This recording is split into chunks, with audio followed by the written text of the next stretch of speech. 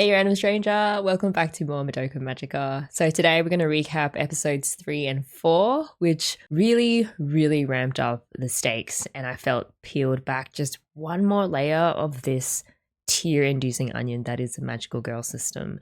So we had Mami's shock decapitation, which is kind of just thrown in our faces. We had Sayaka transform into a magical girl, and surprise, Qubey just became even more sus.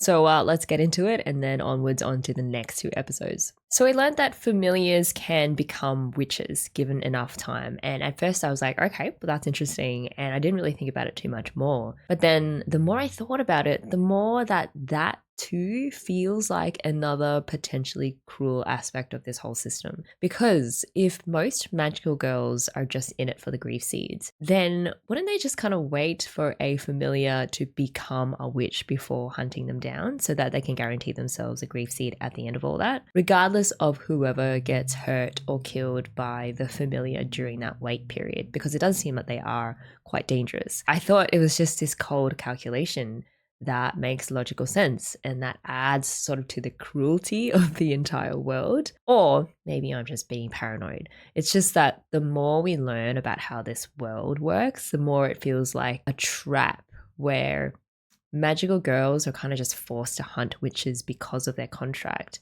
and because they have to purify their soul gems, only to then either die or become witches themselves, while at the same time the system itself creates these incentives that kind of turns them into cruel beings themselves. If they're lucky, they end up living, but they become super jaded and mean and cruel, kind of like Kyouko, and in some ways Mami too. So I just thought this one additional fact also added to how this whole system seems to be perpetuated on and feed itself on the suffering of girls. One thing I am sure of though is that Qubey is so sus, and I think at this point no one would be in doubt of that. You know, they're kind of just openly saying things like, the sooner you make a decision to become a magical girl, the better it is for me. They're not even hiding it anymore. There's this other icky thing that Qubey kept saying to Madoka and Sayaka, which was I'm not pressuring you into it because I can't, it's against the rules, which respectfully I think is absolute bullshit, because you don't have to explicitly pressure someone into doing what you want. A master manipulator does what Qubey does, which is sort of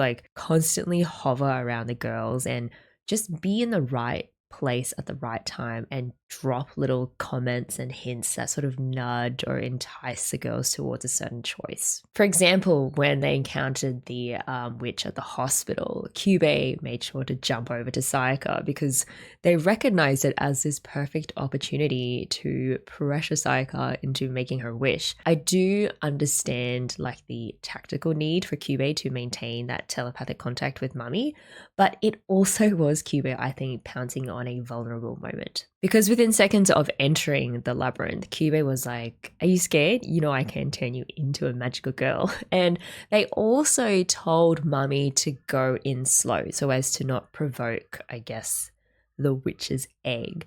Again, potentially sound tactical advice, but I just could not shake the feeling that Qubey was dragging out the time that they had with Sayaka in order to increase the chances of her making that choice. And then of course, in this very intimate, sad moment where Sayaka was with Kyousuke, who understandably is super depressed because of his situation, kind of just musing about how he needs some sort of miracle or magic to get out of it. Freaking Qubey was just right there to remind Sayaka that she could actually offer him that, because of course he was. And then there's all this salivating that Qubey was doing over the thought of how powerful Madoka's soul gem could be, and the way that they brought it up just made me feel all sorts of ick. Kind of like they ultimately view magical girls not as people really, but just as resources to be harvested. To Qubey, they are essentially an energy farm to keep the system going. And then finally, it's just Qubey's face.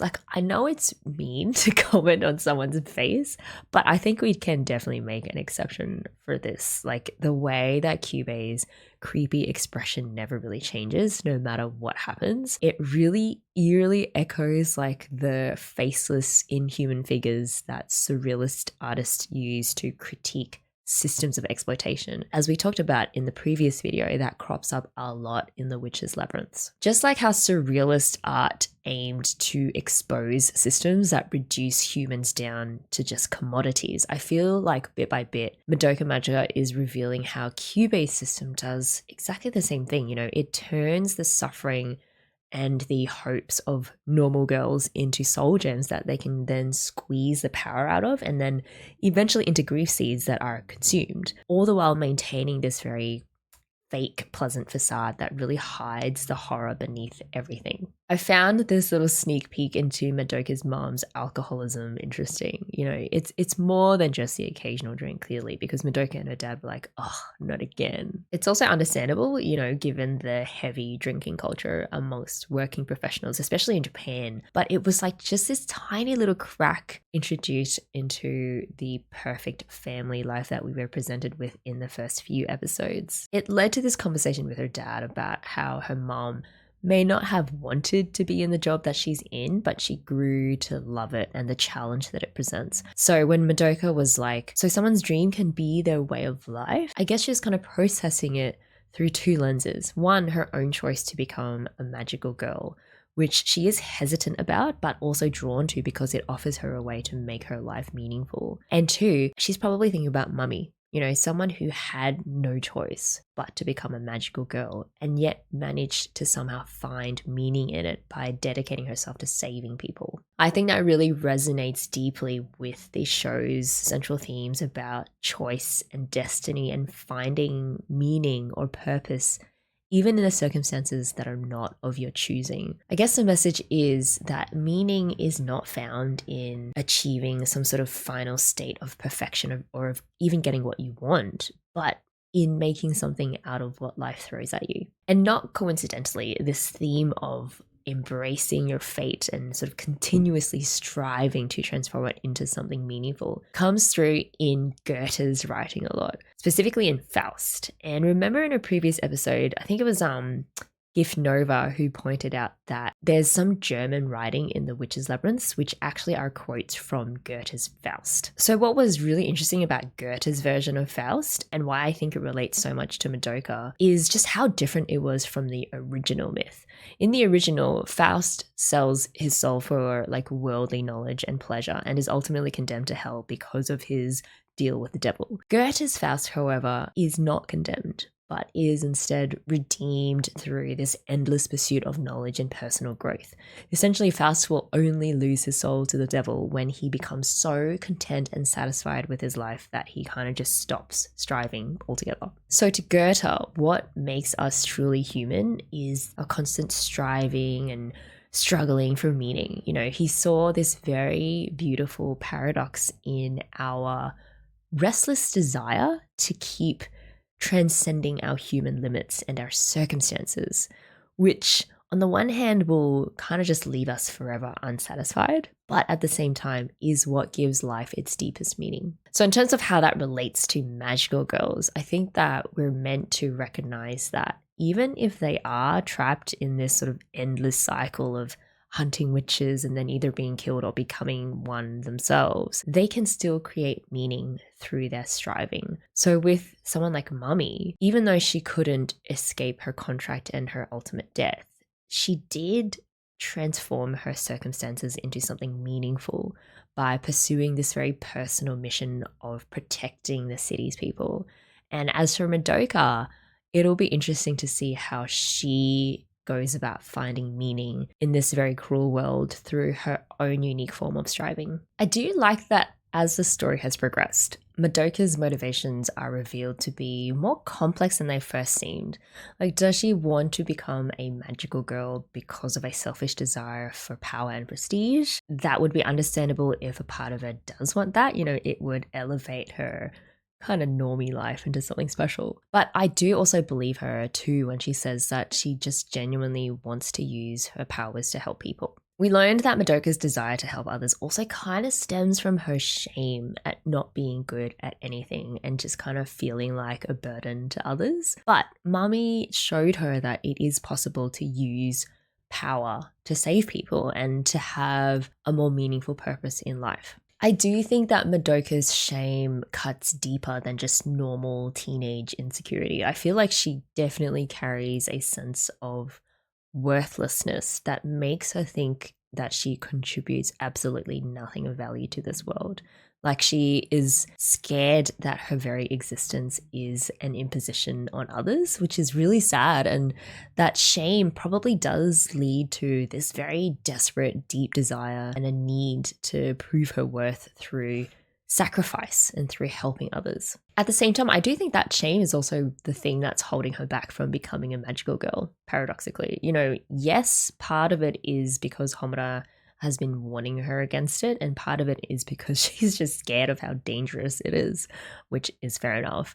But I also think another part of why she's very hesitant to make the choice is her fear that if she fails at that too, like if she cannot live up to the example that Mami showed her of how to be a kick-ass magical girl, then that would confirm her deepest fear about being useless. Further confirming our theory, I mean, it's not really theory at this point, it's cold hard fact, that Qubey preys on poor desperate girls knowing that they can't refuse him. We did learn that Mami's contract was made in absolute desperation. Like she was dying, having been in a car accident, and she just wished to live. So unlike the other girls, she never really had a choice in the matter. This context, I feel, really helps explain her contradictory relationship with the magical girl system. Like she is both a victim of Qubey's opportunism and now an enabler who helps recruit new girls into the system. So when Homura confronted her about leading more girls into the trap,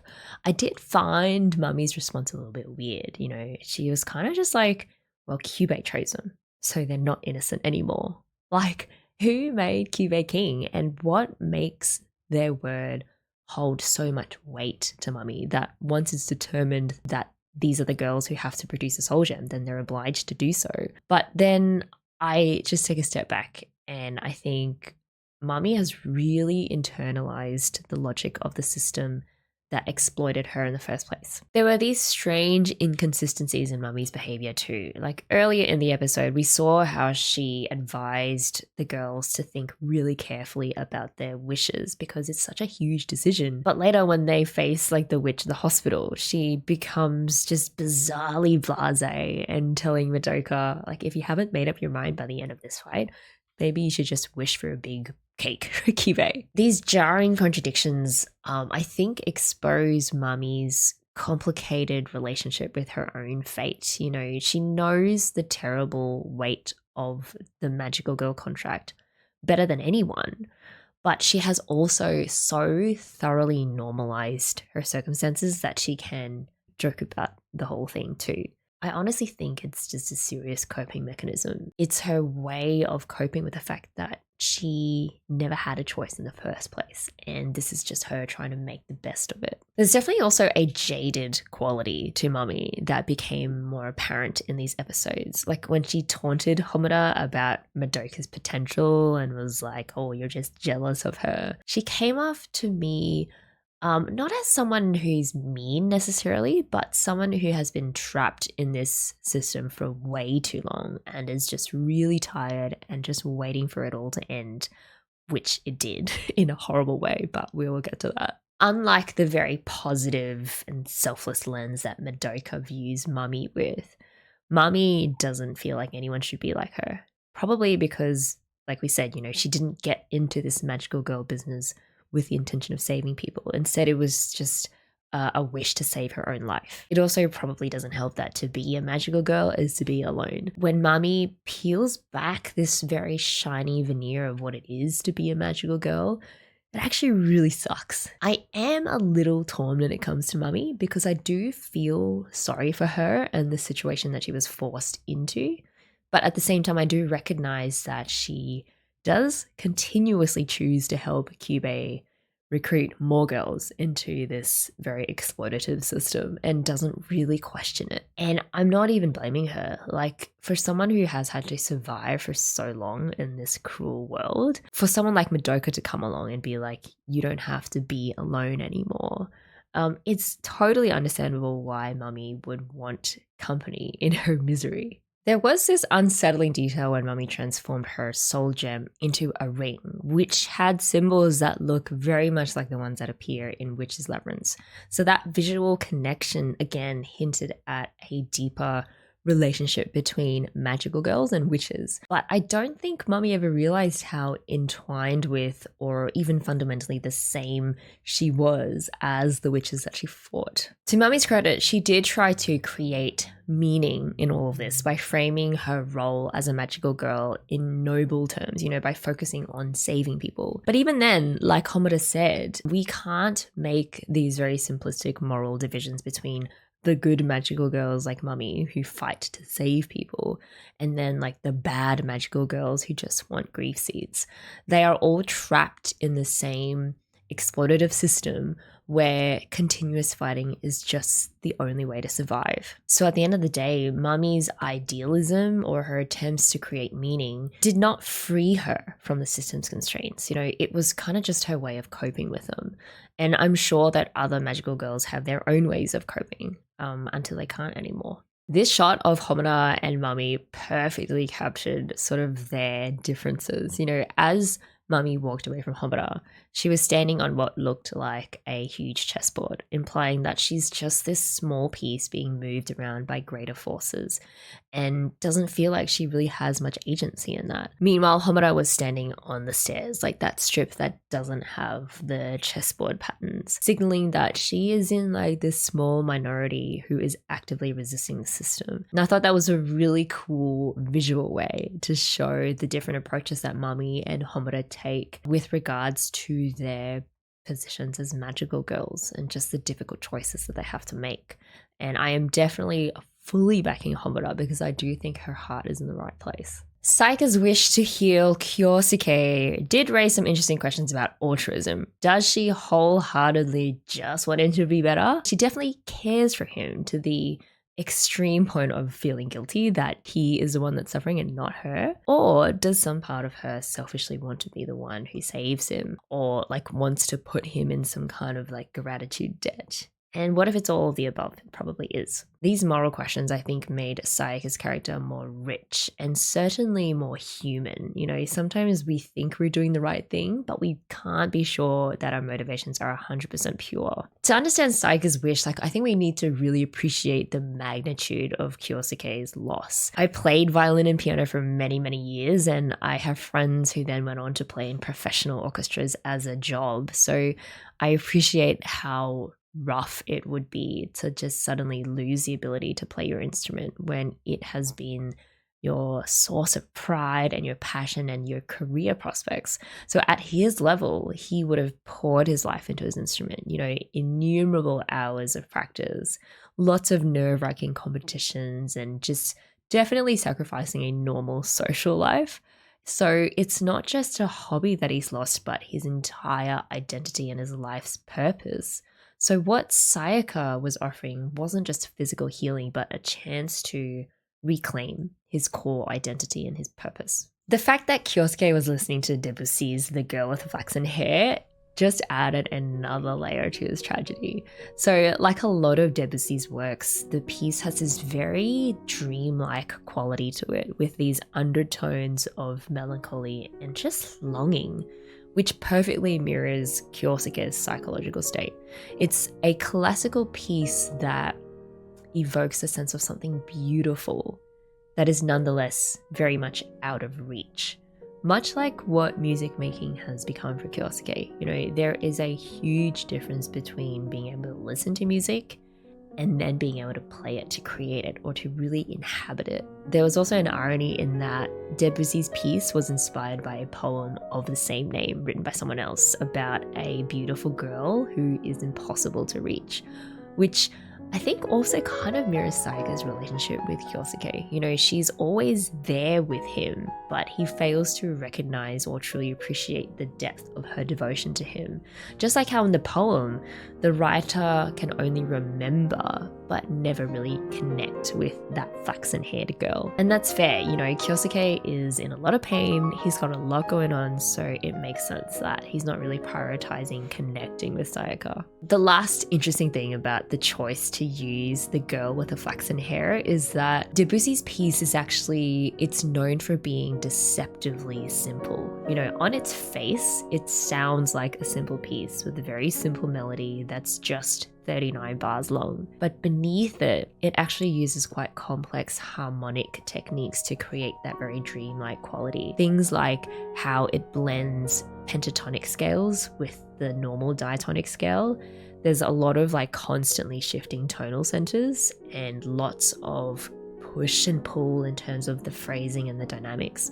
And it was originally written for solo piano, so the use of the piano pedals too is quite hard if you actually want it to sound right. All of which is to say, I think the choice of that deceptively simple Debussy piece also reflects Sayaka's deceptively simple character. Her apparent happy-go-lucky nature masks sort of the internal conflict between her selflessness and her wish to help Kyousuke versus her more selfish desire for her heroic aspirations to be recognized. I think Toby's observation about Madoka and Sayaka's different grief responses to Mami's death cut straight to the heart of that conflict. So they wrote, "To me it feels like she, Sayaka, feels the need to do something, anything. She can't just sit around idly after witnessing that and feels by saving Kamijo, she's done her part. But it comes from a selfish place, unlike Madoka, who repeatedly breaks down and cries, visits Mami's home and confides in Homura a little. Madoka, despite being so selfless and not wanting to see something like that happen again, hasn't resorted to becoming a magical girl like Sayaka has. Madoka is often framed in a very innocent and almost klutzy way, but she is not stupid." I agree. Like, I think that Sayaka's quick decision to become a magical girl right after Mami's death and after Kyousuke had that sort of depressive breakdown revealed that, well, she definitely processes trauma through doing rather than feeling. Like her weapon of choice, which is like a sword that requires very close combat, I think it captures that direct, very impulsive approach to life's problems. By contrast, Madoka kind of just takes her time to grieve. But instead of that, just her being helpless and sort of hesitant, I think it shows that Madoka is properly processing the trauma rather than deflecting it through quick action like Sayaka did.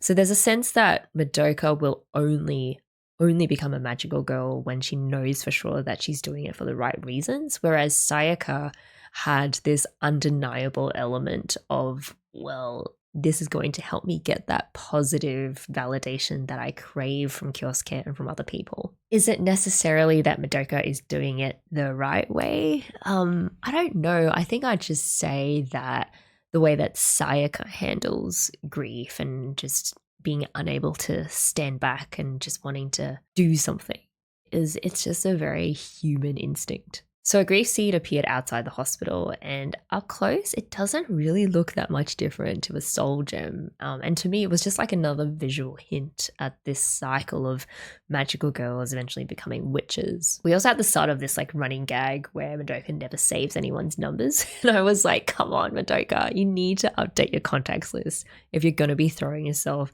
and involving yourself in these life and death situations. We learned that the witch's name is Charlotte, which one reaffirms that witches once were normal people with normal human identities, and two, Grey Mouse, I'm not sure if I pronounced that right, they threw out this super interesting clue that brings us once again back to Goethe. So there were a few Charlottes in Goethe's own life who greatly influenced his work. There was Charlotte von Stein, who influenced Goethe in his later works and also kind of helped him become a more measured, more refined writer. But earlier in his life, there was another Charlotte called Charlotte Buff or Charlotte Buff. He fell madly in love with her, but was devastated when she ended up marrying his mate. And that episode of unrequited, passionate love drove Goethe to write the novel The Sorrows of Young Werther, which, surprise, surprise, also features a girl called Charlotte that the main protagonist, Werther, becomes obsessed with. Suffice to say, it does not have a happy ending. Charlotte gets engaged to another man. So yes, this is a very autobiographical sort of novel. But she also continues to be very kind to Werther, which drives him absolutely mad and is just torture for him, because every time that he interacts with her, he's reminded of all the normal domestic things that he can never have. And eventually he commits suicide. Given all that context, I do think that Charlotte's Labyrinth mirrors the Goethean theme of this ordinary desire eventually turning into this all-consuming obsession. Maybe Charlotte was a girl who suffered poor health and understandably wished for it to end. The faceless hospital staff and the numbers and the mounds of medical equipment, I think represented how dehumanizing it can be in an institutional hospital setting. There was also that operation room that looked like a dungeon, capturing how traumatic medical experiences can be, especially for someone who's quite young. Another disturbing image was this line of humanoid figures with eyeballs for heads and with their arms outstretched in sort of these crucifixion poses. And they're kind of shackled down with these medical devices kind of protruding from their bodies. It's grotesque imagery that reminded me of the helplessness of long-term hospital patients. They are restrained all the time and subject to a lot of procedures over and over again, sometimes with no end in sight. That pose also has this sort of vague religious connotation. Maybe Charlotte saw her medical suffering as a form of martyrdom. Sometimes people who endure ongoing health conditions cope by transforming a very painful, long process into something meaningful by viewing it as a form of sacrifice. On the flip side, there's a fascinating thing called the martyr complex, where a person sacrifices their own needs and their own well-being for the sake of serving others.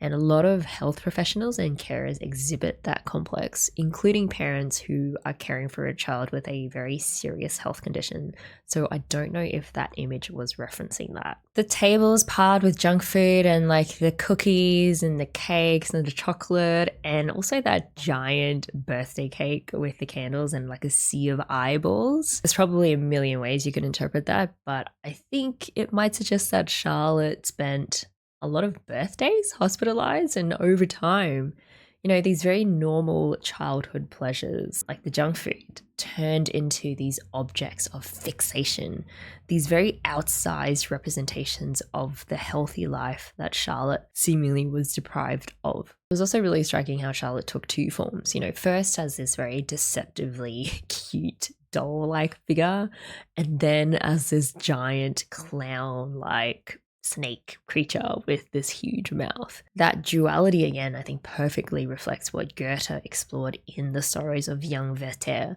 how innocent desires can transform into these destructive obsessions given enough time. Just like how magical girls start by making innocent wishes, only to be drawn into a very twisted world where they risk becoming the monsters that they fight. All right, let's talk about the chomp. I did not see it coming. I hadn't even processed what had happened until I saw Homura being freed from the ribbons, and then only then was I oh shit. The way that Mami was decapitated, or rather consumed by Charlotte, really brought home Goethe's idea of the destructiveness of this all-consuming obsession. How our unfulfilled desires can transform into something that destroys both the person who has a wish and also the people around them. In fact, that final image of Mami's blood, her shattered teacup and also Charlotte's grief seed, all lying together in one same place, was a powerful image of the irony that both magical girls and witches are trapped in and consumed by the exact same system. Mami's death confirmed that you don't escape the cycle. You kind of just switch positions within it. The witch that kills you today was yesterday's magical girl, just as you will become tomorrow's witch unless someone else kills you first. It's absolutely brutal. And if we could squeeze just one more tragic aspect out of Mami's death, it's that she had fought Charlotte with this renewed confidence because Madoka had just told her that she wasn't alone anymore, that she had someone who cared for her and promised to fight by her side. I think that profound human need for companionship, which Mami had been deprived of for so long, made her both more powerful but also kind of fatally careless. I felt like she did drop her guard a bit, which ended up in her losing her head. And the heartbreaking irony there is that just as she'd found a way to make her loneliness more bearable, like just as she'd found a glimmer of hope, it was snuffed out in an instant. And that's just the system for you.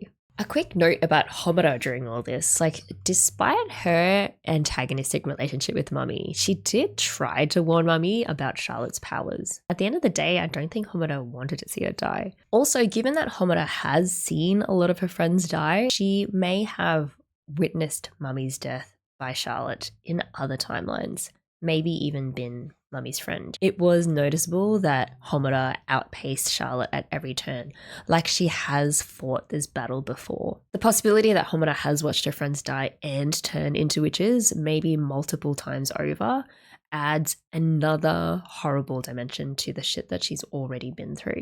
It implies that she has made countless attempts at changing the outcomes, but failed every single time, which is why she is so focused on saving Madoka. It's like if she can save just this one life, all of that accumulated grief and suffering and death and failure will finally mean something. And then looking back at Madoka's dream in episode 1, like a few more things have kind of clicked into place.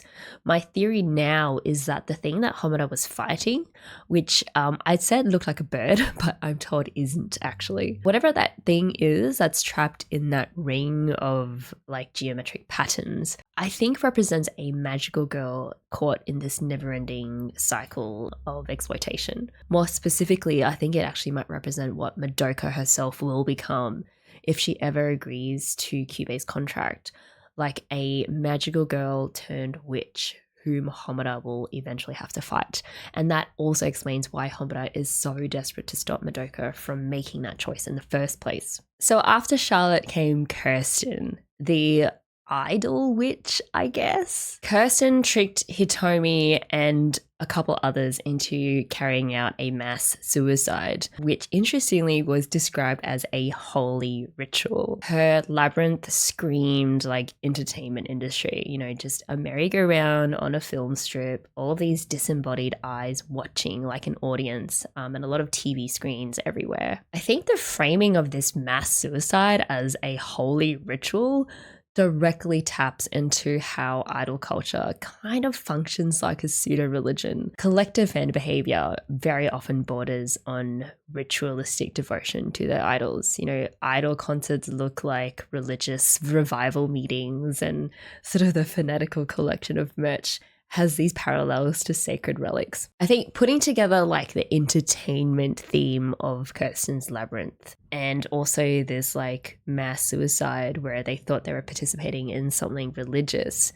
I think Kirsten exploited that deep human need to belong to something bigger, you know, to transcend mundane, ordinary life through some sort of like elevated shared experience, which in this case was group suicide. It definitely said something about how entertainment culture can manipulate our healthy desires for meaning and for community and then twist it into something that's dangerously obsessive. So again, it's actually a theme that continues on from Charlotte's Labyrinth. What's revealing is that Kirsten didn't really need to force people into her labyrinth. They all came willingly. Some of them seem to be walking like quite a long ways to get there, just really desperate to belong to something bigger than themselves. Like everyone there already had depressing lives or problems that they couldn't solve, like this factory owner who was very ashamed at his business failing, which suggests that witches don't so much cause depression as exploit and then amplify it. I think it's an indictment of like the false promise of idol culture, where people who feel empty or inadequate hope that by becoming part of this like devoted fandom that it will somehow fix their lives. And of course, the only thing that really happens is that you become another casualty of the system that you thought would save you. I do wonder why Hitomi was there. Like, what kind of struggles is she going through that she ended up here, given how seemingly perfect of a life she has? On the flip side, I kind of got the sense that Kirsten was someone who maybe lived in the public eye, you know, like an idol or some kind of entertainer. I think the labyrinth also seemed to reflect like the pitfalls of fame. People love you, but they only love the image that you project out into the world to them. And then when you like deviate from the expectations of your fans, they often end up judging and then hating you. So I don't know if Kirsten also suffered from that sort of toxic relationship between a performer and their audience, where the constant pressure got to her and she kind of just wished her way out of it. Madoka's experience in this labyrinth was brutal too. Like, I think it was partly because at this stage, she's still a powerless, ordinary girl. Like, she was completely overwhelmed by all of that surreal imagery, kind of really unable to resist it as it overtook her own reality.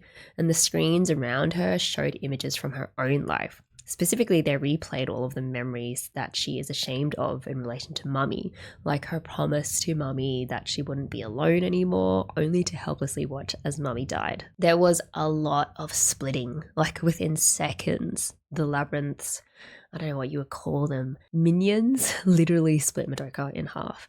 And I think that could represent how Kirsten and entertainers in general have to present different versions of themselves to different audiences, and they really struggle with feeling like one coherent person. For Madoka, like that splitting might also represent her being kind of torn by these conflicting desires and fears of hers, like the war between her desire to become a magical girl to help people, but also her fear of it, as well as her guilt over not being good enough. It's actually a very similar pressure that destroys entertainers, you know, constantly having to please everyone and battling your insecurities while being expected to be amazing. As you all know, Sayaka barged in to save the day after becoming a magical girl. Homura, of course, was pissed, and we also saw that Kyousuke was healed. But that scene where he was kind of like looking at his arm, it was shot with this very ominous lighting and also very ominous music, and it gave us a sense that this miracle isn't the blessing that it appears to be. Like, some kind of price will have to be paid, I think, either by Sayaka or by Kyousuke, or both. Just another warning that wishes, like contracts, often contain these hidden clauses and, I guess, unexpected negative consequences. After Mami's death, the characters really struggle to go back to their normal lives. It's kind of like waking up from the Matrix. Once your eyes are open to reality, you can't really go back. Honestly, I don't really know how the girls managed to function after watching their friend get digested by a giant clown snake. And yet, as we talked about before, Madoka still can't quite bring herself to make the contract with Qubey, which makes sense because now she knows how freaking terrifying it can be. I really love how Homura looks out for Madoka, but I also think Madoka will eventually be the one to look out for her and to show Homura that there is perhaps a different way to look at this depressing magical girl world that they find themselves in. The way Homura sees it, the harsh truth is that magical girls die forgotten. You know, there's no corpse, there's no awareness in the world of this whole other magical realm, and so the girls kind of just vanish. What's even sadder is that despite Mami's big talk about protecting and saving people, every magical girl's contract and powers stem from a selfish wish. There is no reason, therefore, for people to remember them for their heroism when their powers are ultimately rooted in self-interest.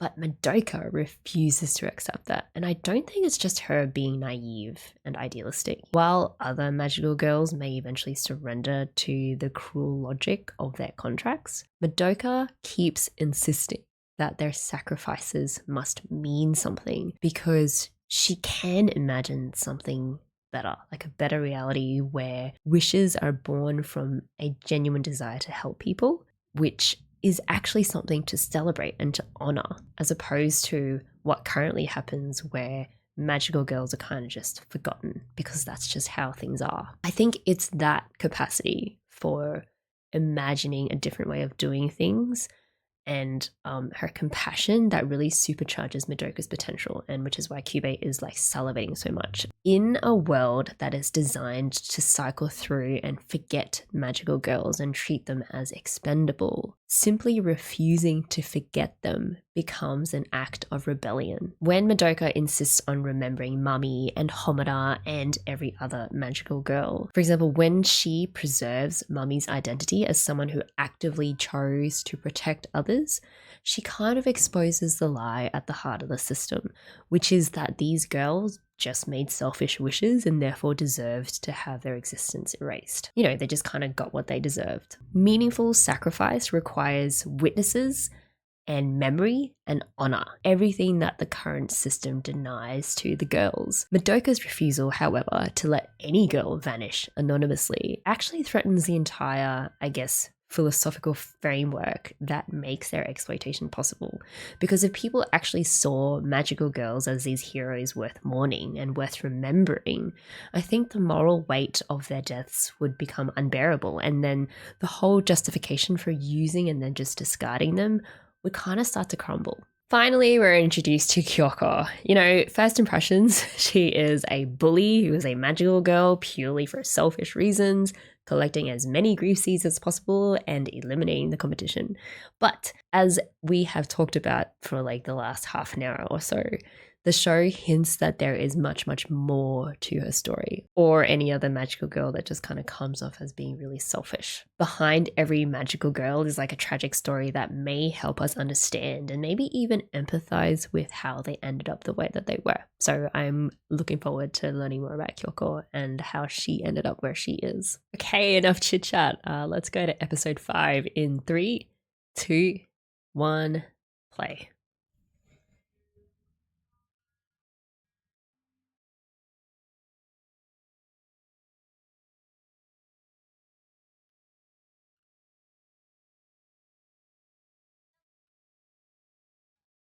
Oh, we actually get to see this when it happened.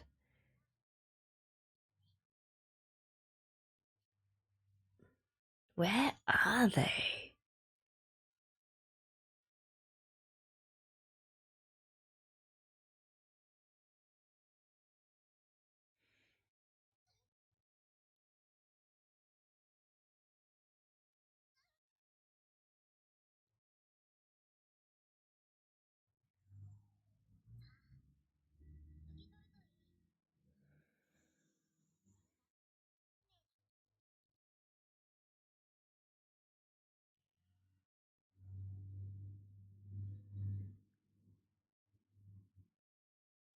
Yeah, they couldn't have made that any more creepy than it already was.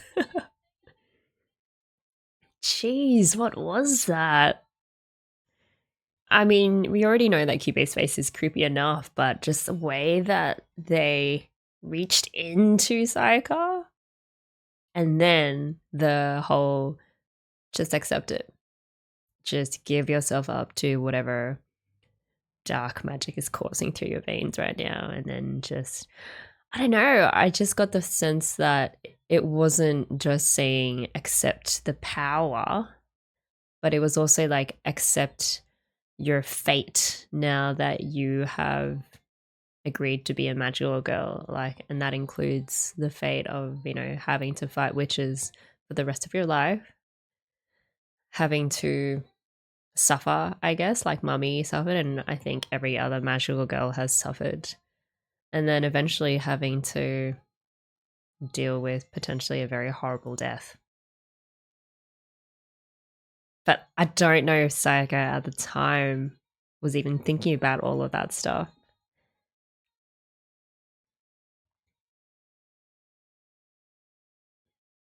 I don't know.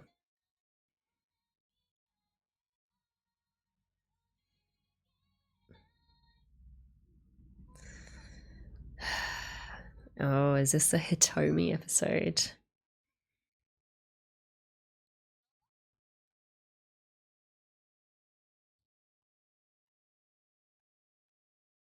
Hmm?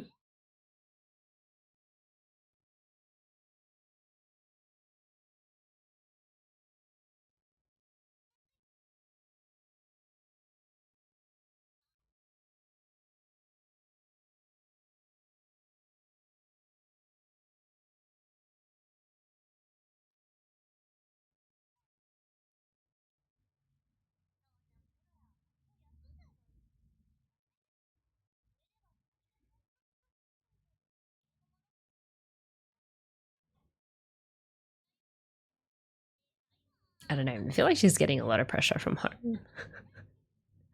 Sayaka just laughing a little bit too much.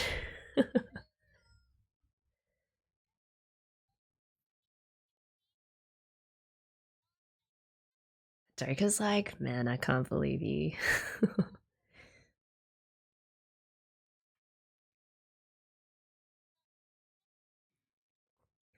Oh no. Overconfidence. That's not a good sign.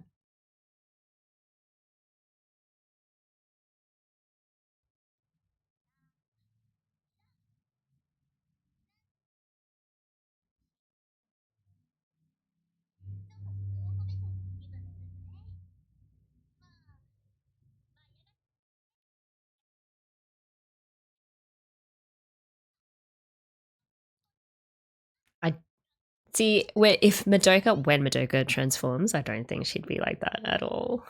I think she'd be much more measured and sort of realistic about what it actually means to be a magical girl. Oh god. Madoka. Just stabbing Madoka there.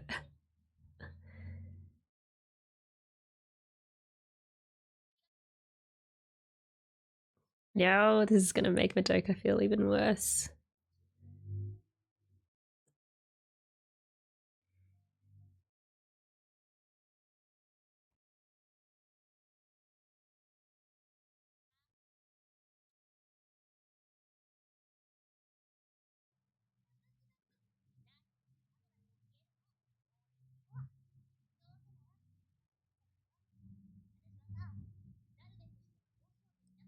No.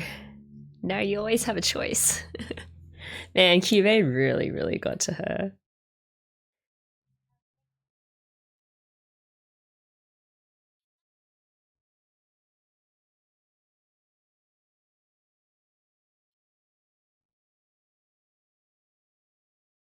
I don't know. Okay, that's good. Like, I don't know if the whole talk about like she feels like it was destiny that she was meant to be a magical girl. It doesn't have to be a bad thing. It's kind of like seems like it has given her a renewed sense of purpose, which is good.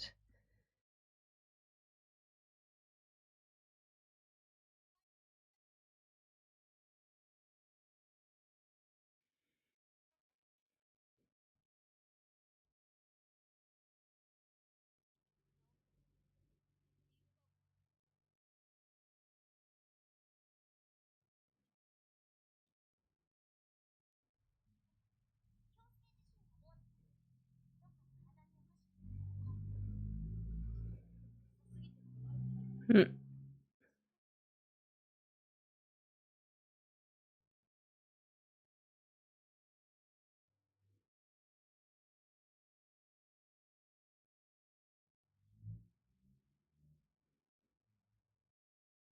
Wait, what's wrong?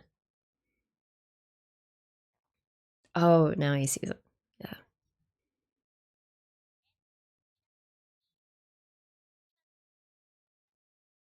Why are there so many chairs around his bed? That's weird.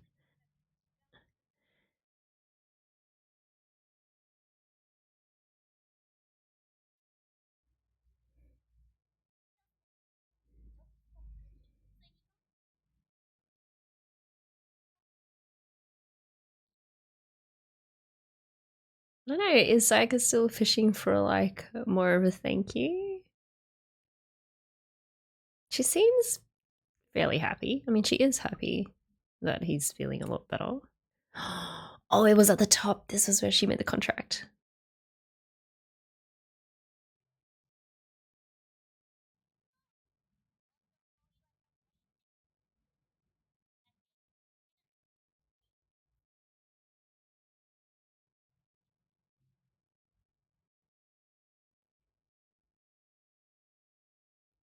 Hmm.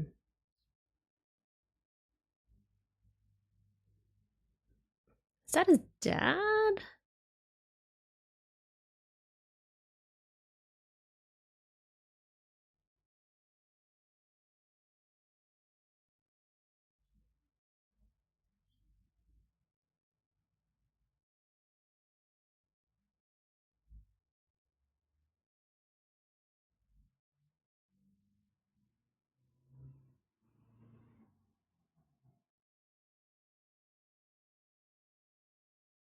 Oh, there's even a little bit of vibrato there.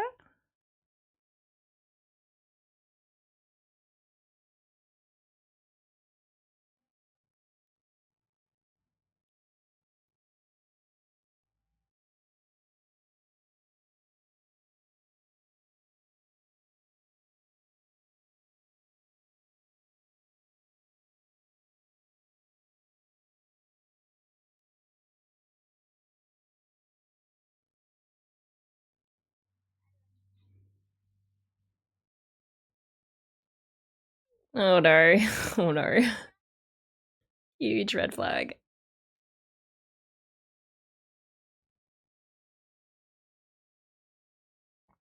Oh, that's nice. I mean, it's like he can breathe again.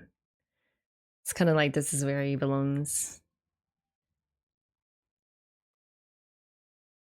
It's interesting that like the fences have that crown like design, the same ones in the Witch's Labyrinth. It's all symbolism.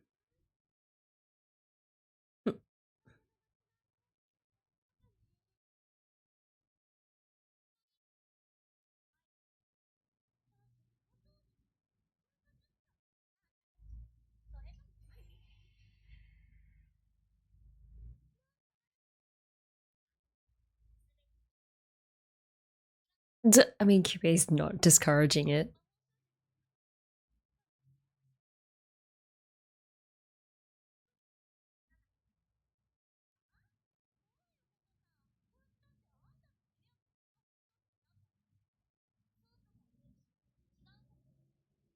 Hmm? Is this Homura?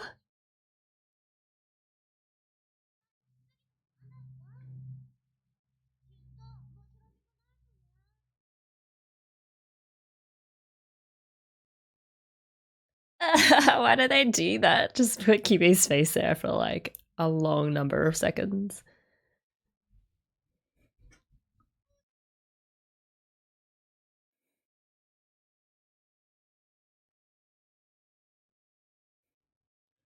Ah, Madoka.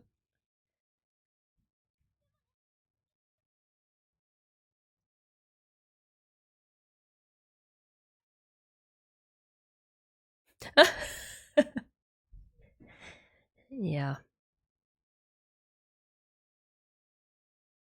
of course. That's something that Homura would say. Oh man, she's so jaded, but also it's not untrue.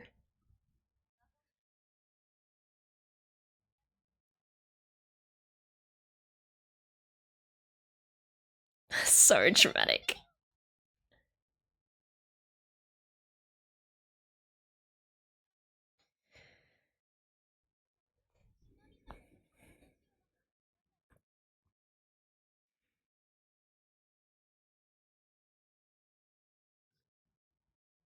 Is Homura like, oh, if you're worried, I guess I'll worry about her too. Homura's like, man, what did I do to be connected with you?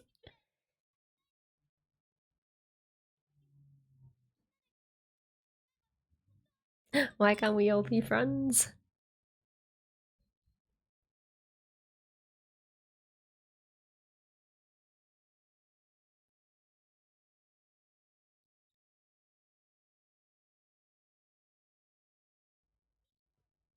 Ooh. She's like, she's gonna end up the same as Mummy, whether you like it or not. Because that's how all of us end up, I guess.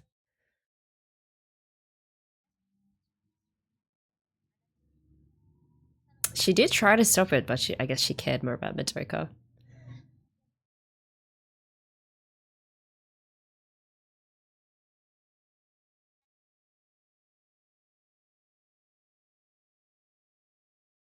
Oh, that's an interesting way to put it. Oh,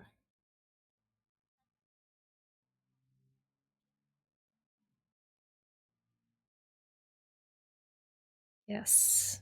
Except when it comes to Madoka.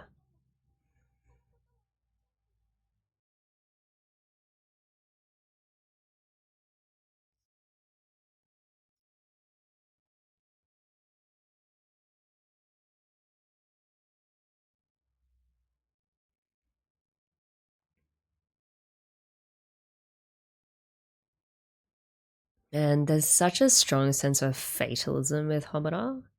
But I feel like there's one tiny little kernel inside of her that's connected to Madoka that makes her feel like there might be some hope in this after all.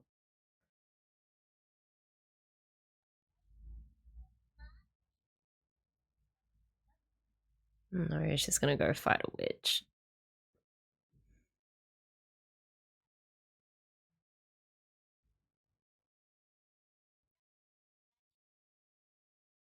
Oh. No, don't be a hero. I guess that's what Homura's saying. It's like, if you're not realistic about what your purpose is as a magical girl, then you put yourself in some really dangerous situations unnecessarily.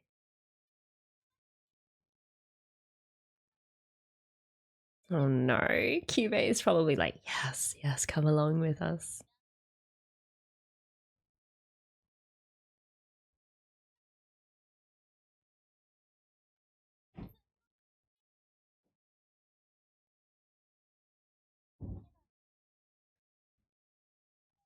Man, because it's like, if Sayaka gets in some life-threatening shit, Qubey is going to turn to Madoka and be like, now's your time to make a contract with me if you want to save your friend. It's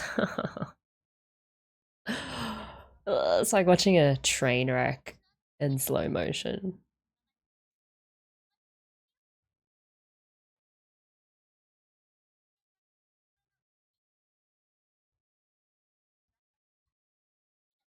I mean, at least she's aware of that.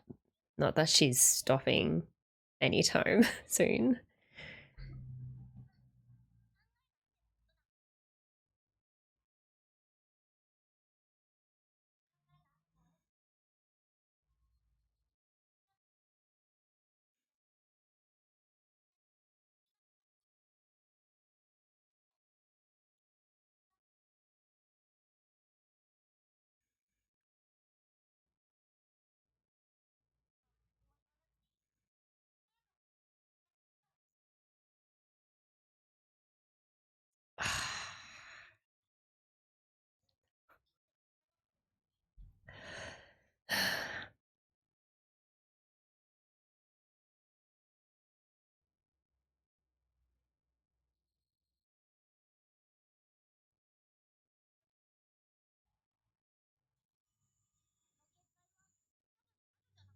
Okay.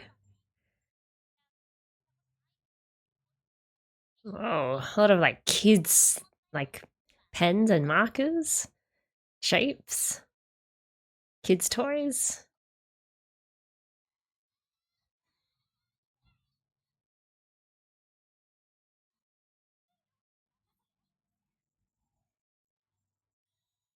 Yo, what's all the music notes? Oh, it's because her wish was inspired by Kyousuke, I guess. Okay, that's cool. Oh, interesting that she's kind of using a sword like Mami did with her shotguns. Just like single use.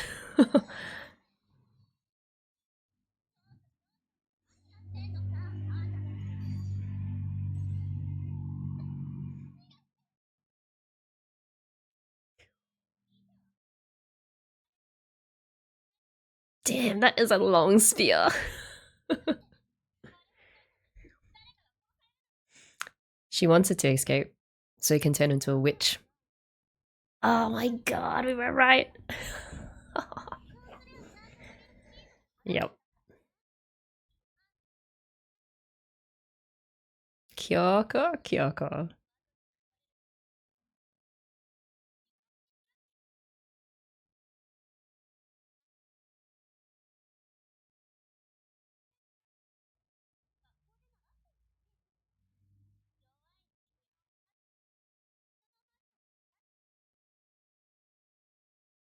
And then the strong witches, no, the strong magical girls eat the weak magical girls.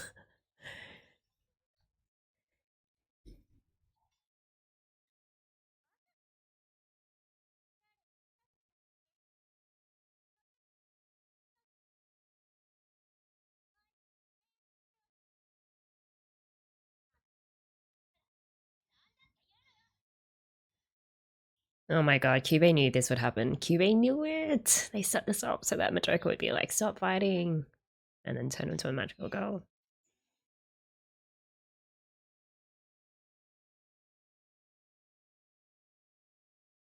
That cello's beautiful.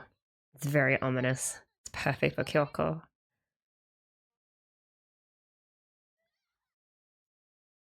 Oh shit. What are they called? Nunchucks?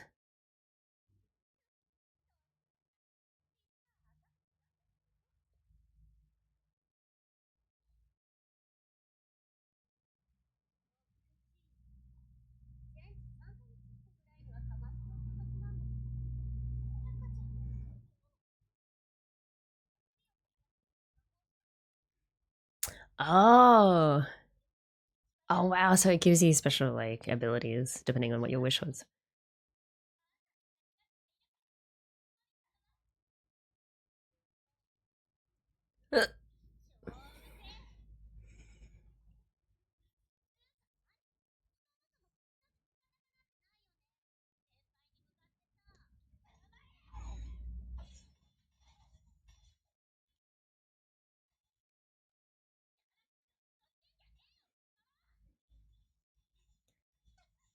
Uh, Homura, Homura.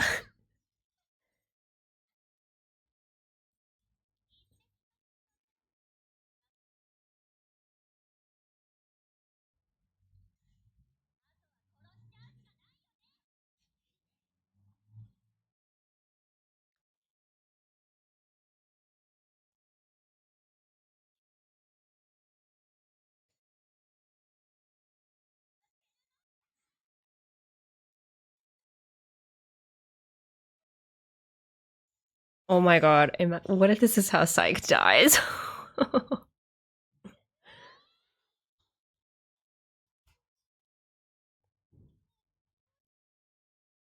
I know, man, Madoka, I'm with you.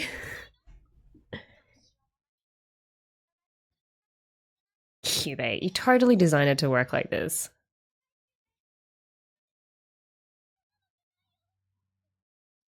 Oh, whatever, man.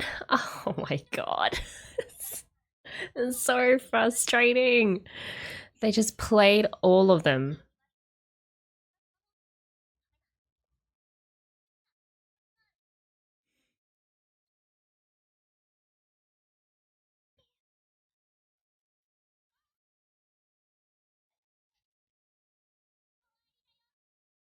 This music is mad though. I love it. Oh shit, she was actually gonna kill her. I knew it. Hamada's like, oh, once again.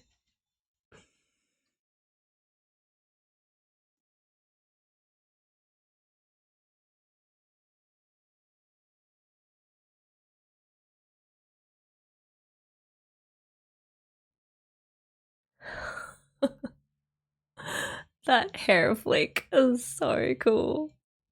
Man, why is Homura so badass? Um, hmm. Quick thoughts about this episode. Okay, we got to thank Kyoko for confirming the logic of waiting until a familiar becomes a full-fledged witch before killing them, so that you can guarantee yourself a grief seed. What was new though was that the way familiars become witches is by consuming people, which of course. I did enjoy Kyoko's explanation of how this world is just one twisted food chain, like the strong eat the weak. What was it she said? Like familiars or witches eat humans, and then the magical girls eat the witches, and then I would add to that chain, like the weak magical girls get eaten by the strong ones, which is why I think Madoka is really smart for not immediately jumping into the fray, because you really, really have to consider whether you want to be a part of all that. If you don't have a solution for breaking that sort of violent cycle, all you really end up doing is becoming a contributor and then eventually a victim to that violent cycle. I get that we're supposed to see Kyoko as this incredibly selfish magical girl who's all about collecting grief seeds for herself, regardless of who gets hurt in the process, whether that's humans, witches, or other magical girls. And that's definitely something worth calling out. She's painted like the complete opposite of Mami, who apparently was all about selflessly protecting other people. But if we've learned anything from this show, it's that no one is purely good or purely evil. Like everyone has been chewed up and spit out by this dog eat dog system. And even Mami, like for all of her altruism, she did also do things out of pure survival or kind of just to save herself. So with Kyouko, like there's definitely more behind that very cruel, crude exterior. Things probably that happened in her past that turned her into this. Again, it's definitely not an excuse for her behavior, but there's probably more to it that we will hopefully see in later episodes. I love Homura more and more with each passing episode.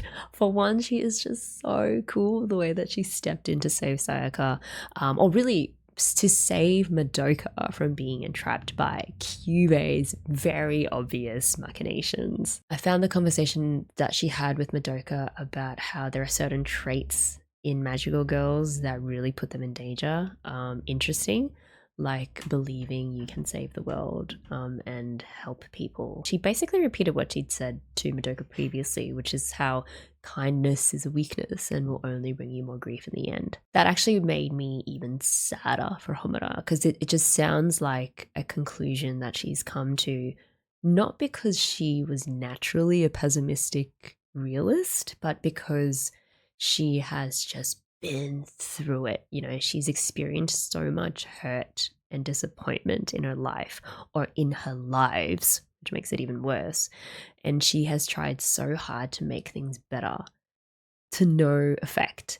So she's probably seen a lot of girls who had that sort of optimistic mindset only for them to be crushed by the realities of what it is to be a magical girl. Like Mami, you know, I think Homura is very clear-eyed about how playing hero can make you incredibly vulnerable to overconfidence, which in turn leads you into situations that put your own life and also the lives of others at risk, which, by the way, has played out in Sayaka's case. You know, Sayaka is the embodiment of the whole being too naive about what it means to be a magical girl. On the one hand, making the transformation has empowered her and sort of given her a clear confidence boost, but she has gone into it, I feel, not having completely thought through the consequences yet.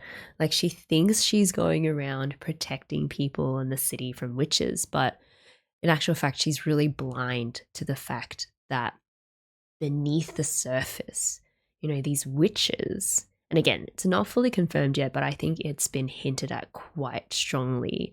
These witches are also themselves victims of this system that forces girls to fight and to fight each other. I think if we traveled way back in time to when Homura had just started out as a fresh magical girl herself, she was probably the most idealistic of them all. You know, it's always the ones who held certain ideals, like who get the most disappointed. And I think that's why she's so strong on warning Madoka. Like she's effectively warning Madoka to not be like her. You know, don't be that person who believed that kindness would lead to anything good. Okay, episode 6 of Madoka Magica. Let's go. I'm actually very much looking forward to this conflict between Homura and Kyouko. Let's play in 3, 2, 1, go.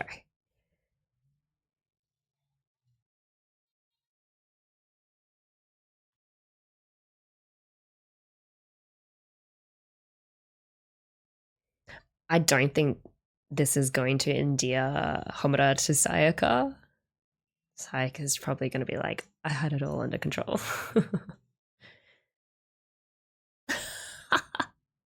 I love how the music just cut out and she's just doing her hair flick.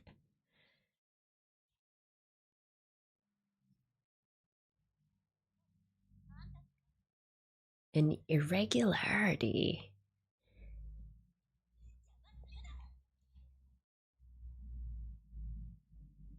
Did she just trip her?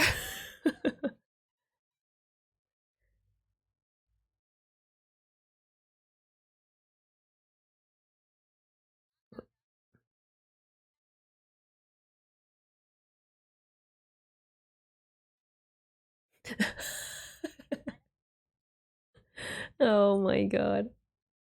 That was amazing. Why does Homura have the coolest lines?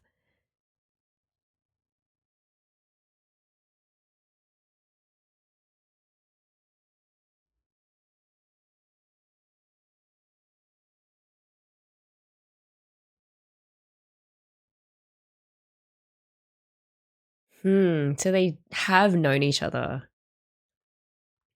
previously. Maybe not in this life.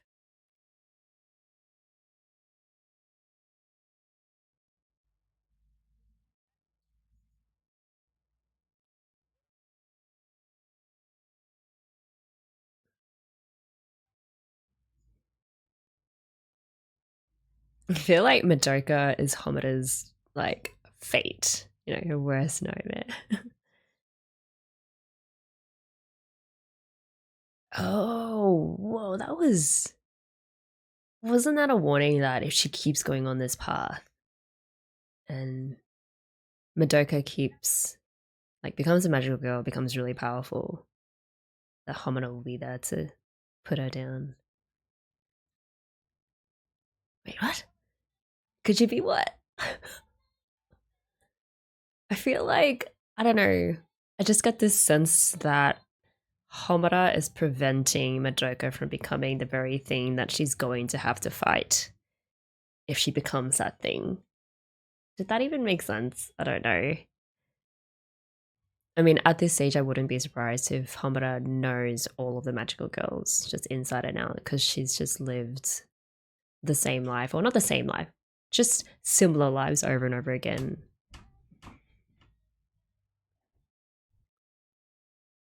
Hmm.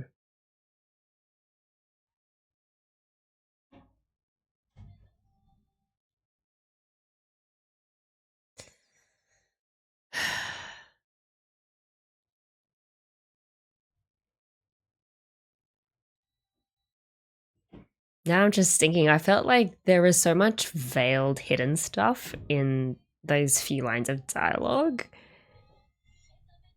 I feel like that's a scene where by the end of the series, we're going to be rewinding back to you and be like, oh my gosh, that's what they were actually referring to.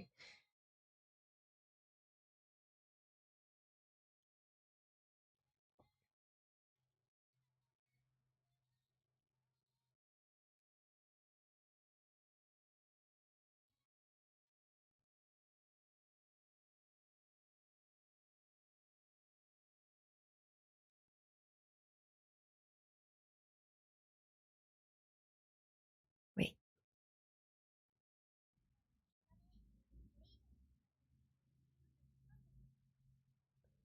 where did she get that from?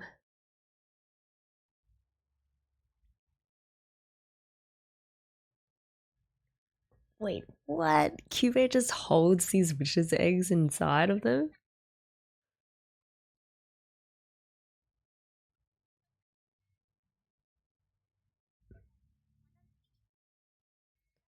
Yo, Qubey is actually the one who just cares about collecting grief seeds.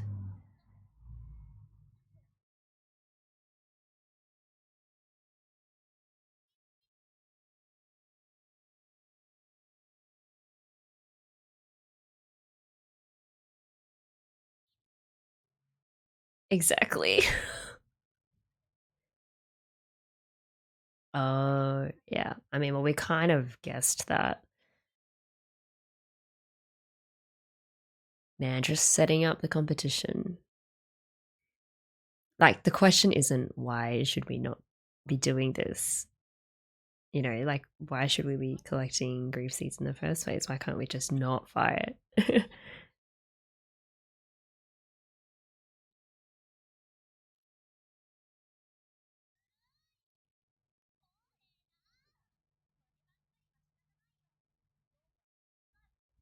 You know who else is super talented? Homura. Like, Madoka.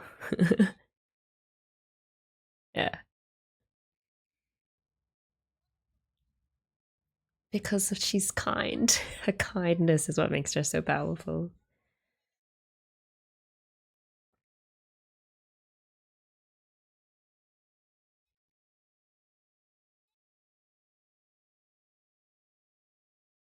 Qubey, you sneaky little. I actually also think Homura may have been just like Madoka. Oh my god, the OP. Amazing. I love that they just put it in there, like in the canon.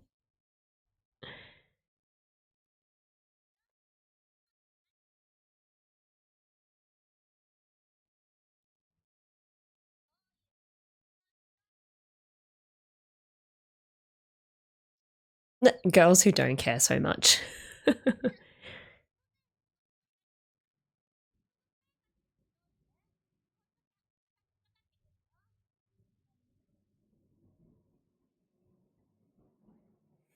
Hmm. I don't know.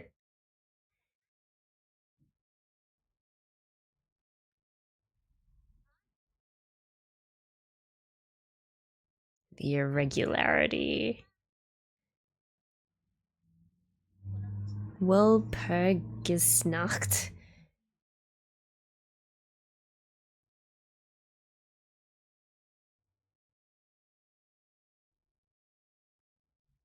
What? What is that? Is that big bird looking thing?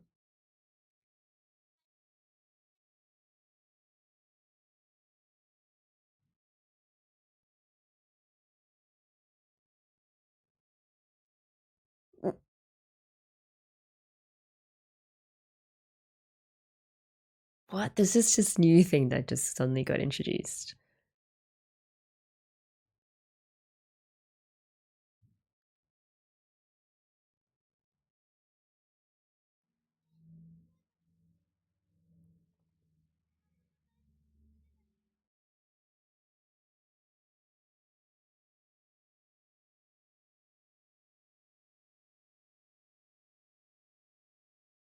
Why can't we just talk it out?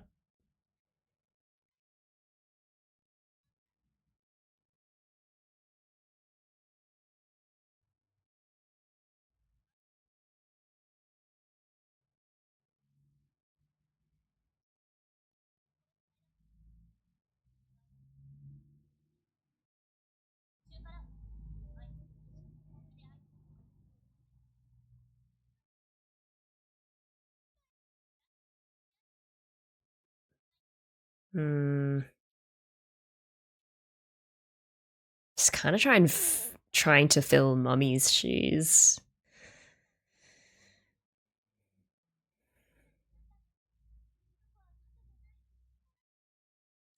Good point, Madoka.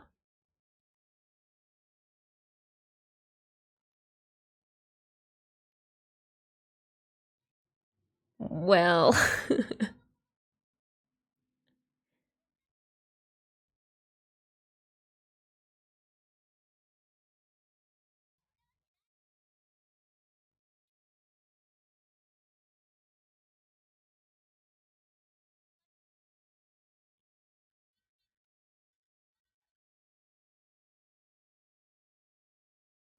wait.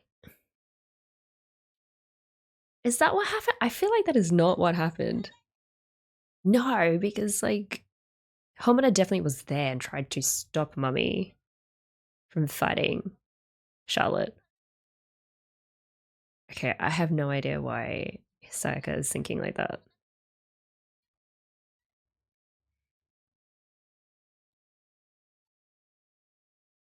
Well, I mean, I think Sayaka is just grasping at anything that will justify her actions. Like, justify her choice to fight the other magical girls that she thinks are bad.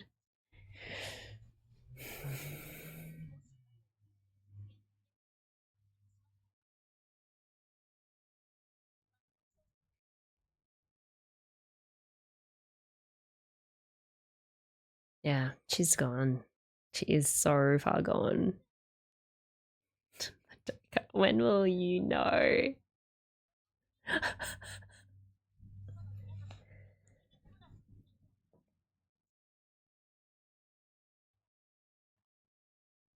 Maybe if you become a magical girl, maybe she'll listen to you then. Hate it. That was crazy. That was a crazy rant from Sayaka.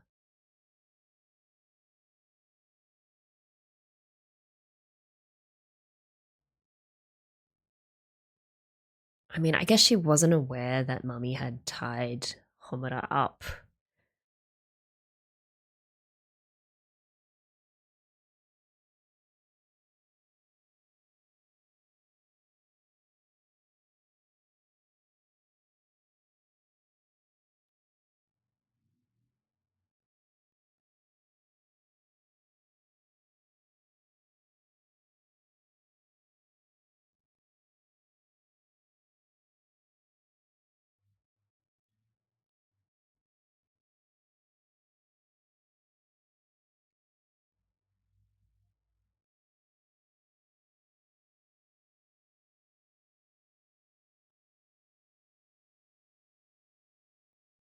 Hmm.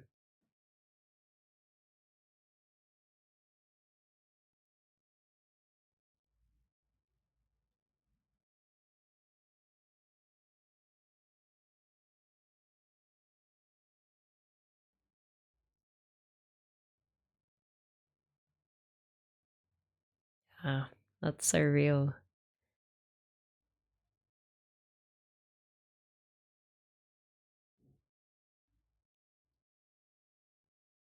I don't think she can do anything. Yeah.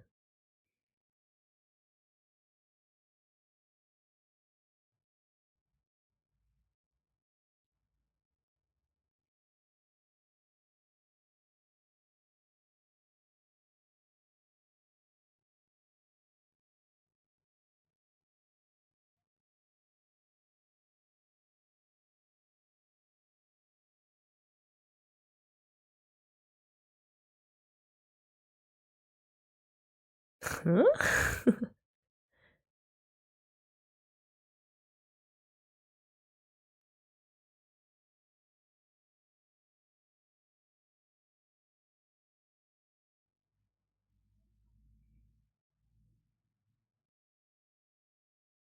Okay, I'm intrigued. Like, how would she do that though? Like, what kind of lie would Madoka tell Sayaka to make her stop fighting?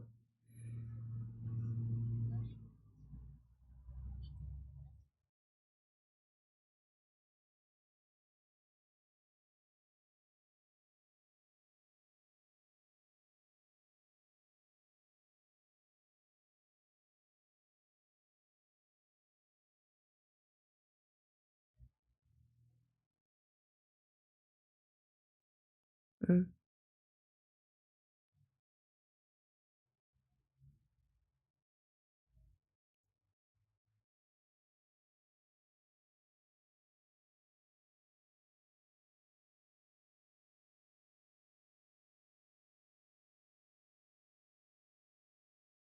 Yeah.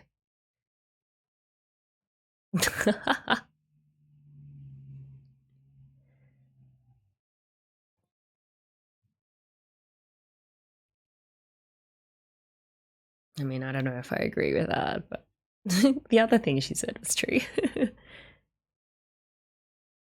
Okay, so I'm like, what could she do though?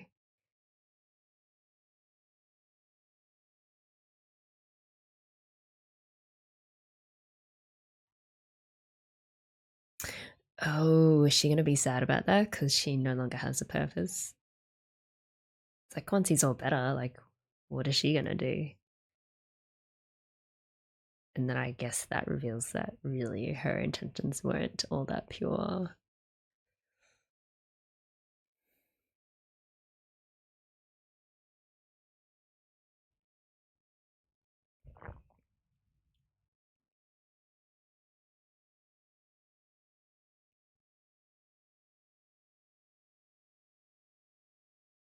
Mm.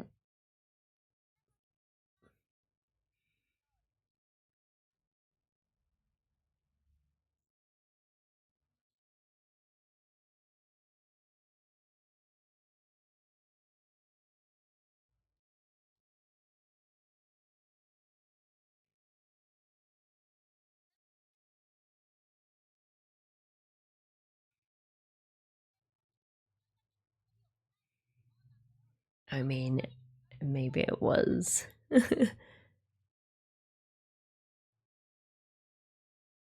Oh no. Oh god. She really knows how to push people's buttons, Kyoko.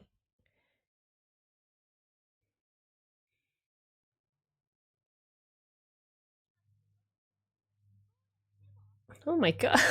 What? What?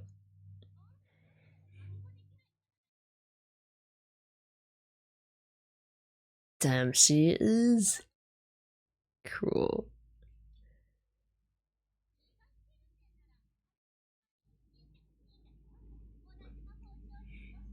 Oh my god.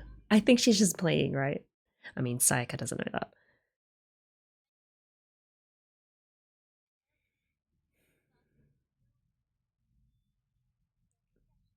Oh my god.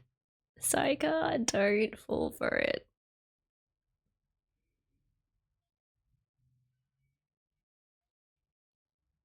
The cat and the fiddle.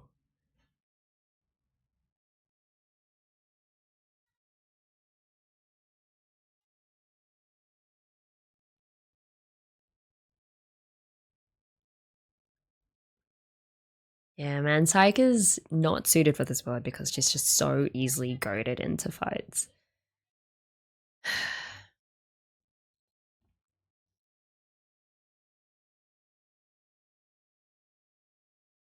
I'm trying to figure out what her outfit and her choice of weapon says about Kyoko. It's just this massive spear that also turns into nunchucks.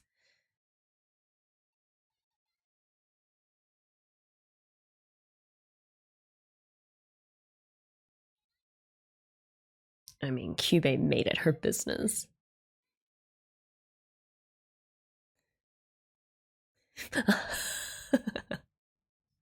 I love Homura. Oh my god. I love her so much.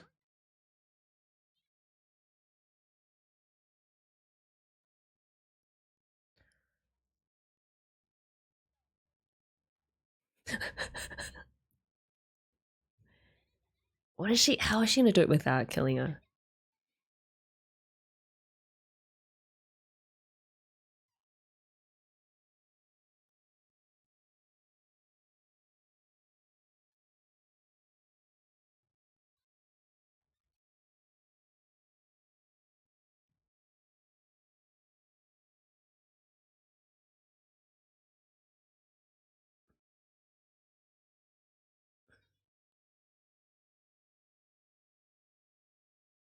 Wait.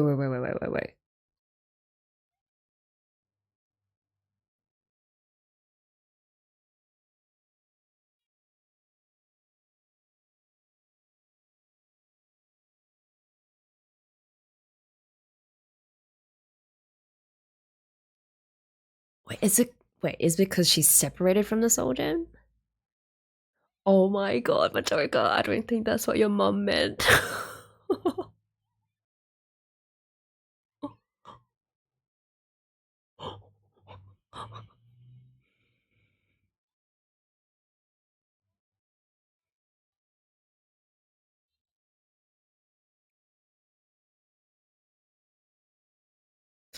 Oh, wow. It's like Kyoko didn't even know that this could happen.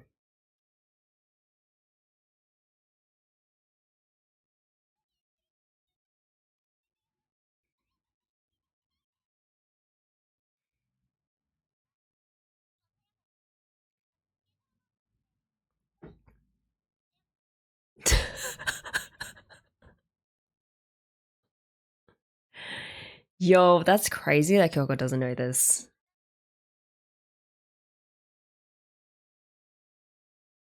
Oh my god, and it's just up to Homura to save her now.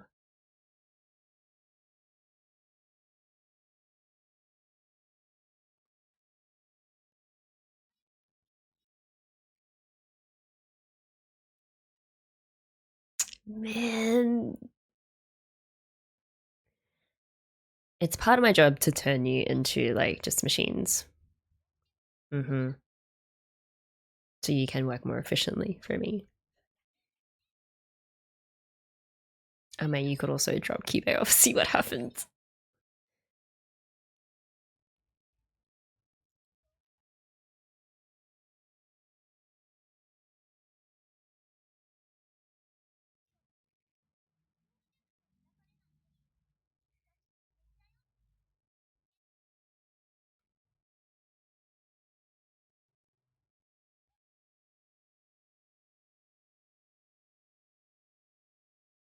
Kyouko mad.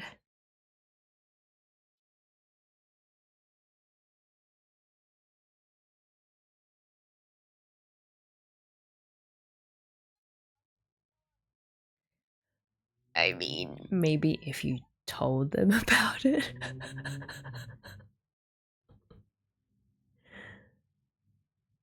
It's always a hair flick when she's done something amazing.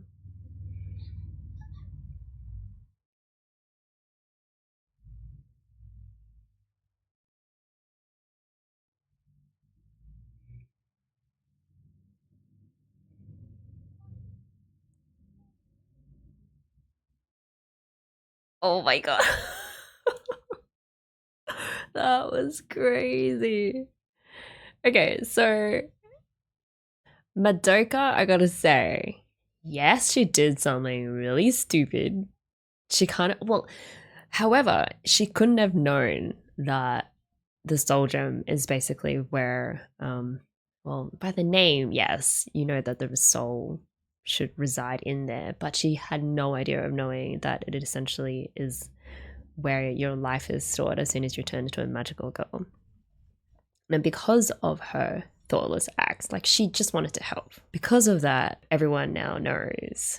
Well, Homura clearly already knew because she's probably been through this 1,000 times. But they all know now that when they made that contract with Qubey, Qubey essentially turned them into really high-powered, high-functioning, efficient machines. And they clearly aren't told that when they sign away their souls to Qubey. Like, it came as such a shock to Kyouko, and I think this has really probably taken all the fight out of her, which I think is a good thing. There are so many thoughts just rattling around in my head, so I'm just going to throw them all out there. You guys can have at it in the comment section as usual, and then we can have a proper discussion next time. First thing that I wanted to just think through is this constant mention these 2 episodes of Homura as the Irregularity, which is a really cool name. It seems that Homura is maybe the only one so far who has figured out some sort of loophole or a way to manipulate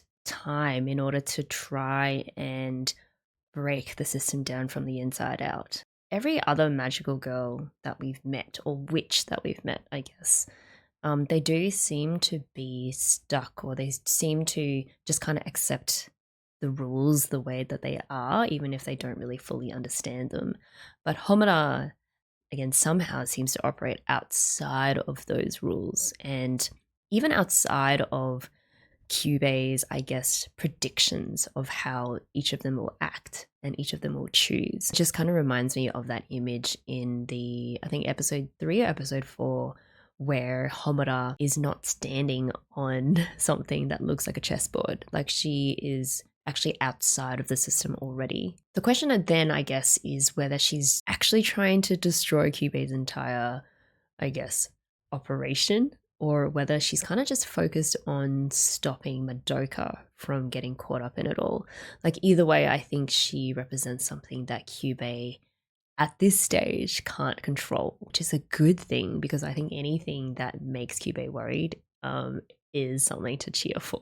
Okay, so the deal that Homura made with Kyouko, which was basically that she will offer up the city, I guess, in exchange for Kyoko's help with 1, getting rid of Sayaka in a peaceful way, and 2, also dealing with something called the, I forget the name, but is a long German word and I have no idea what it means, and I think I'll be looking that up later. But she did say this interesting thing where she thinks that Kyouko is just suited to this sort of magical girl life. I would say I agree with Homura. I think Kyouko is, first of all, super jaded in the sense that she has accepted the reality that to be a magical girl means surviving at all costs and just making these really pragmatic, realist decisions, and sometimes even letting people die if you have to. You know, she's kind of really adapted to the system instead of fighting against it. She may not be going about it in the best way. Like, she collects extra grief seeds just so that she has a backup and she can kind of be a bit more loose with how she fights with her magic. But I guess at the end of the day, a magical girl who kind of doesn't really overstep so much in terms of like wanting to save the world and wanting to play hero is much less dangerous than someone like Sayaka, who I guess Homura has determined as someone who this world or the system will just kind of chew up and spit out. Sayaka is someone who believes in absolute justice and, I don't know, in saving everyone or in being this like hero, which on the face of it is a good thing because that's essentially kind of what Madoka wants. But I think with Sayaka, there's something about her that's not quite right. Sayaka has this tendency, because of her intense desire to be a hero, she puts herself in these situations where for sure she's going to get killed, or like she will put others in danger because other people care about her and then they have to try and save her, etc, etc. The other thing that actually kind of just came to me is Sayaka's sort of unrealistic expectations about heroism and sort of her need to be seen as the savior of the city, I think is really setting her up for a huge disappointment. And if there is one thing that we've learned from watching this show and also just trying to interpret like the witch's labyrinths, especially Charlotte's labyrinth, it's that unfulfilled desires, if left long enough or if enough disappointment piles on, that is what seems to twist magical girls into something else altogether. Maybe even into witches. Charlotte, you know, was probably once a magical girl who kind of just really wanted to have a normal life. She didn't get that, and therefore she turned into a witch. I could totally see the same thing happen to Sayaka, where her wish of being a hero is crushed because either she can't save everyone that she wants to save, or she's not recognized for the fact that she saved people. And so that somehow just grows like a seed in her mind until eventually her power as a magical girl gets twisted into like a witch's labyrinth. I think Sayaka is already starting to show those like cracks, like sort of those flights of fancy. And I guess a hero complex, if that's what you want to call it, it's definitely setting her up for this inevitable disillusionment. I also kind of wanted to talk about the advice that Madoka's mom gave her when she was, you know, probably still a little bit drunk from that whiskey. The whole, sometimes you have to lie or like make a mistake to help someone that you care about. It's like if someone you know and love is on a destructive sort of path and making these bad choices, sometimes being nice to them or trying to talk to them about it isn't enough. You do have to sort of betray them in a way or hurt them in the short term to save them from something even worse down the track. Now, I don't know if that necessarily had to translate into Madoka chucking Sayaka's soul gem off the side of the bridge.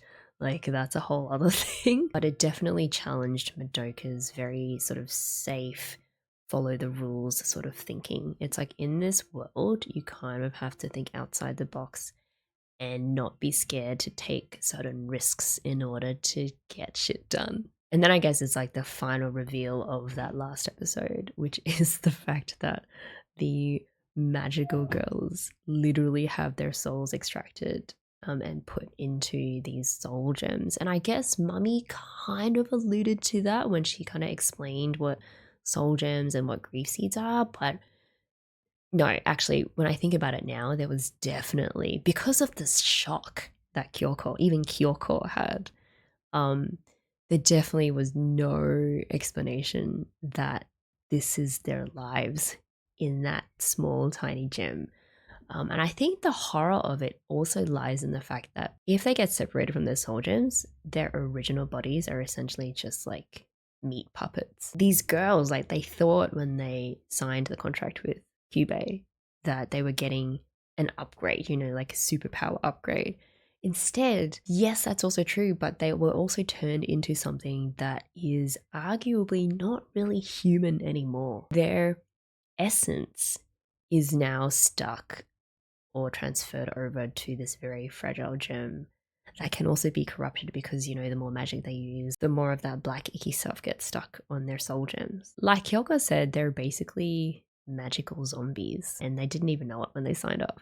And of course, like the way that Qubey just says it so matter of fact, it's like, why wouldn't you be happy with this upgrade? You know, essentially you're immortal as long as your soul gems remain intact, and you can be destroyed over and over and over again and be recreated with magic. Isn't that so great? There's such a disconnect that Qubey has over what it is that really makes a human a human. To Qubey, all that really matters is that they're more efficient in how they channel and use magic. It's actually, when you think about it, it's such a violation, not against just the body, but against like your mind and your soul and everything you thought you were. And to have that sort of dumped on you with no way out is, yeah, I can't blame Kyouko for wanting to drop Qubey off that side of the bridge too. Finally, I think I have just one other theory that's kind of shaping up given the conversations that we had in these 2 episodes. And I think that Homura